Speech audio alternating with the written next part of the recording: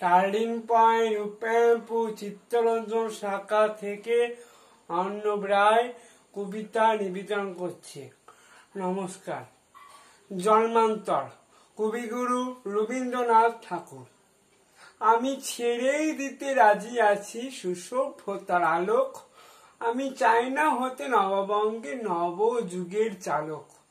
আমি নাইবা গেলাম বিলাত, নাইবা পেলাম রাজার খিলাত, যদি পরর জন্মে বাইরে হতে ব্রজে রাখার বালক, তবে নিবিয়ে দেব নিজের ঘরে সুসভ্যতার আলোক।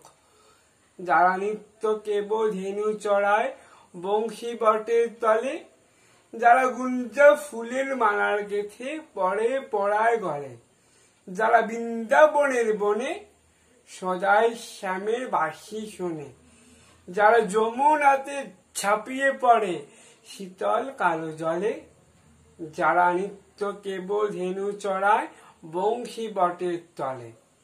ওরে বিহান হলো জাগরে ভাই, ডাকে পরস্পরে। ওরে ওই যে দুটি মন্থ ধুনি উঠল ঘরে ঘরে। হ্যারো মাঠের পথে ধেনু চলে উড়িয়ে গোখরু নেনু। হ্যারো আগি নাতে ব্রজের বধূ দুগ্ধ দহন করে। ওরে বিহান হলো জাগরে ভাই, ডাকে পরস্পরে। ওরে শাওন মেঘের ছায়া পড়ে কালো তোমালু মূলে, এপার ওপার আধার হলো কালীন দিরি কুলে। ঘাটে গোপাঙ্গনা ডরে কাপে খেয়া তোরের পরে। হ্যারো কুঞ্জ বনে নাচে ময়ূর কলাপ খানে তুলে।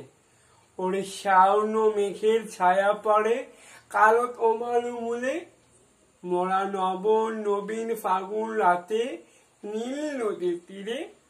কোথা যাব চলে অশোক বনে শিখি পুচ্ছ শিরে।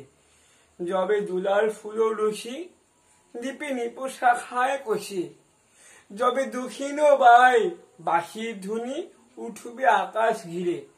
মোরা রাখাল মিলে করব মেলা নীল নদীর তীরে।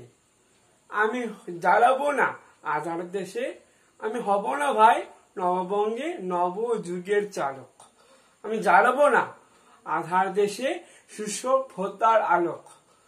যদি ননি ছানা গায় কোথাও অশোক নিপের ছায়, আমি কোনো জন্মে পারে হতে বোঝে গোপ বালক, তবে চাই না হতে নববঙ্গে নব যুগের চালক।